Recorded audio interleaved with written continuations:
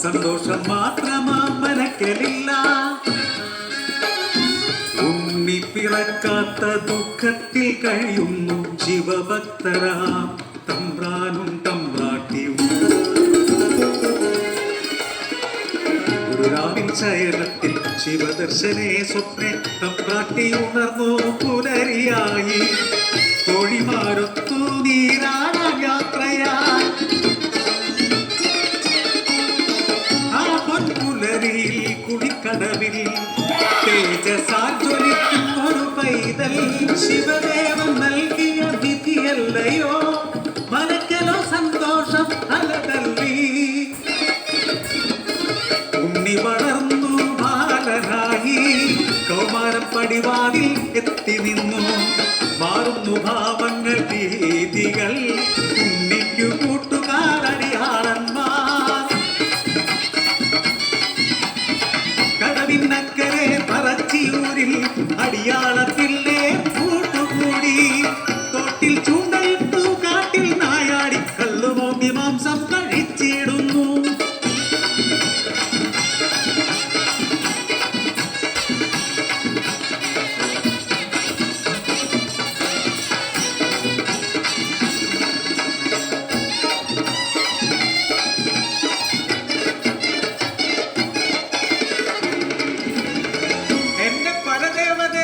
ഇല്ലം മുടിച്ചിടുമല്ലോ.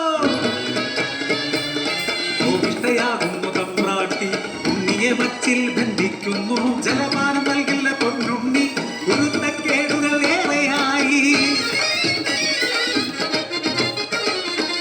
അല്പം കഴിഞ്ഞപ്പോൾ അമ്മ തൻ മാനസം സ്നേഹമായി പിന്നെ വാത്സല്യമായി. മനക്കലെ മച്ചിന്മേൽ എത്തിയ അമ്മ അറപ്പുരവാതിൽ തുറന്നു നോക്കി. ആകെ സ്തംഭിച്ചു തമ്പ്രാട്ടി. ഉണ്ണി വളർന്ന് മച്ചും തകർത്ത് ഉഗ്രരൂപമായി അലറിയിടുന്നു. തലയും മുഖവും കാണാനില്ല. പരിഭ്രമിച്ചോടി തമ്പ്രാട്ടി പടിപ്പുരവാതിൽക്കലെത്തി നിന്നു.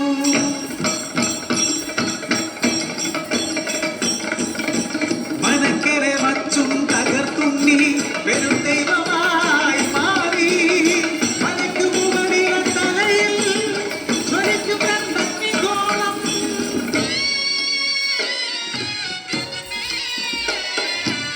ഭയന്നൊര തമ്പ്രാട്ടി നോക്കാനാവാതെ കൈകൾ കൂപ്പി നിന്നു.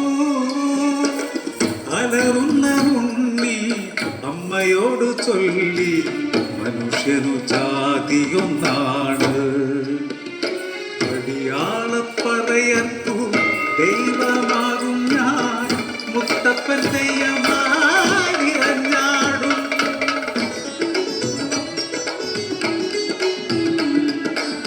ദൈവമായാലും അമ്മയ്ക്കു നീ ഉണ്ണി. ഈ അഗ്നിഗോളത്താൽ ഉണ്ണി നിൻ മുഖം ഒന്നു കാണാനില്ല. കണ്ണുകൾ മൂടി മുത്തപ്പനായി നീ ദർശനം നൽകൂ പറശ്ശിനിക്കടവിൽ. അന്നു തൊട്ടിന്നോളം പറശ്ശിനിക്കടവിൽ അനുഗ്രഹ